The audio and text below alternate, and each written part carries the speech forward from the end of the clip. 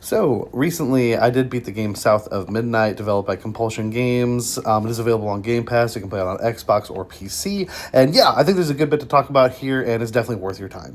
First off, starting off with the strongest part of the game, in my opinion, is the story. I do think it has a really good story here with like smaller stories kind of threaded into the overall narrative that I think all work really well together. In the story, the overall objective is Hazel is trying to retrieve her mother. There was a big storm that washed her mother's her home away, and her mother was inside of it. They find the home, mom's not inside, and then it's just a whole thing traveling around the land trying to locate her mom. And she is teamed up with Catfish. It's just a big catfish. But he's great. I think he's awesome. I also think Hazel's great. A great duo here, and they have some really fun banter.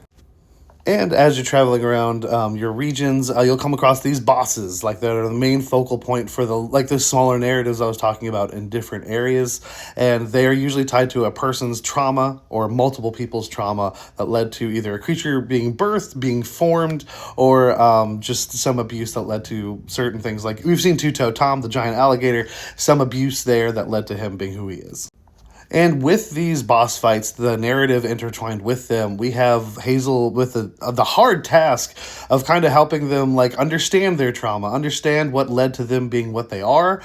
And there's no like, it's not like the thing of like, oh, you're traumatized, I'm going to cure that. It's not like that. It's more about just finding an understanding for what has happened, reminding these people who they were before the trauma and the importance of like who they were before and accepting what has happened since then. And the creatures are very well designed. I love the art style of this game. It does very much do the whole like stop motion esque kind of art style where you just see the dropped frame rate to really lend itself to the visual style of playing through this story.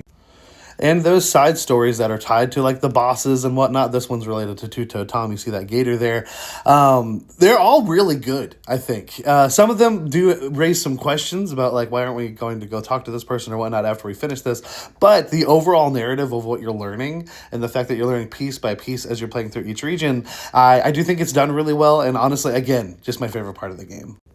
Now, the weakest part of the game is 100% the combat. It's not bad. It's not like legitimately bad. It's just very simple, very basic, and your skill tree that you're unlocking, there's gonna be points where you think you're getting something cool, but really, it's just not. It's not what it should be. I don't think, and it does lead to a bit of repetitiveness with your fighting. Like even like the boss fights have that story attached to it, which makes it a bit better.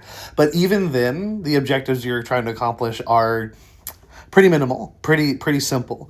And then along with that, you have these chase sequences where you're kind of the whole point of the game, you're going essentially to point A to point B, and then after you beat the boss, you're running back from point B to point A.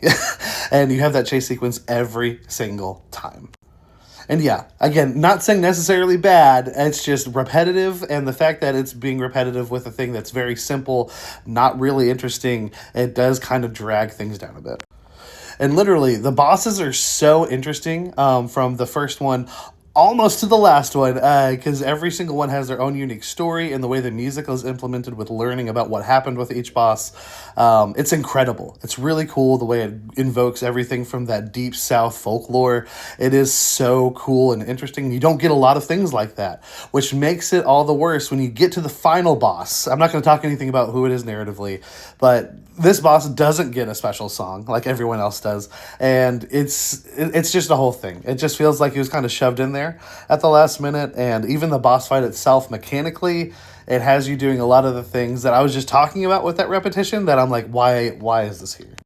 But you do meet several good characters, even with that final boss fight. That's not like the most interesting thing in the world. And whether they're good, whether they're bad, I don't think there's necessarily any black and white here. Because even some people like your grandmother, it's easy to just point at them and be like, oh, I hate you. You're just a really bad person. But they do have their motives. They do have their reasons. And you do somewhat come to an understanding with that. And I do think the narrative fleshes that out quite a bit. And the way the game actually ends after the final boss fight, I was satisfied. But at the end, overall, I do think this game is great. I do think it manages to hit that great mark. I do give it an 8.5 out of 10. It's just that combat and that final boss just really take the steam out of it going any further beyond that. And honestly, it's really how the narrative is going to hit you that's going to depend on how much you like this game. And it really did hit me. It really did work for me, and that saved the whole thing for me. So I definitely recommend, if you have Game Pass and you're just curious about it, it's on there. Go check it out. I do hope we get more games like this, because I do think there's a lot of creativity and like just sincerity at the core of what they created here. But I would love to know what y'all think if you've played it. And for more news, reviews, please give us a like and a follow.